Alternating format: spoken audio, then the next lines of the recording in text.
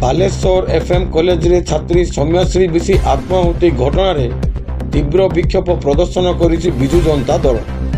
आज सौम्यश्री को न्याय देवारे अवहेला करिछि बोली बिजु जनता दल पक्षरु कुआ जाइछि। एही परिप्रेक्ष्य रे स्थानीय कपिलास छकरे बिजु युव छात्र और महिला बिजेडी पक्षरु विक्षोभ करा जिबा सह मुख्यमंत्री और उच्च शिक्षा मंत्री को कुशपुतलिका दाव करा जाइछि। एही घटना पाई केवल कॉलेज प्रिंसिपाल और अध्यापक विरुद्ध रे कार्यानुष्ठान नेले हेबो नाही।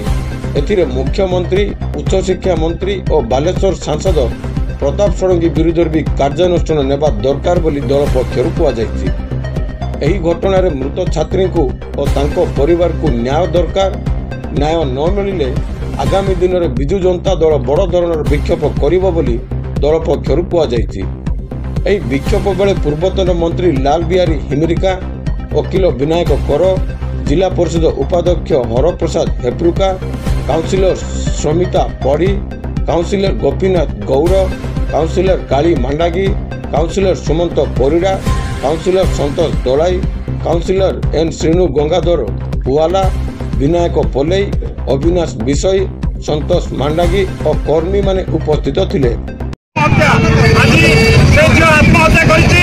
आज ओडिशार समस्त छात्र युव समस्त परिवार को आज बाधि गोटे निरीह छात्री को बीजेपी सरकार मारी देछि।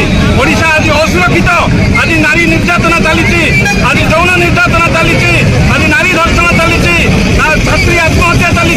यही सब को प्रतिवाद करी आज बिजु जनता दल, बिजु युव जनता दल, बिजु छात्र जनता दल, बिजु महिला जनता दल राजरास्ता ओह्लैछि।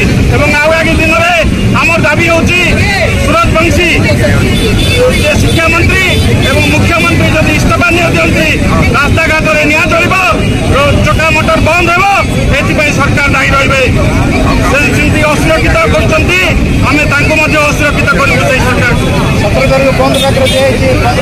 असुरक्षित आम निश्चित भाव दल से कर समर्थन दौचु कि आम प्रतिवाद कर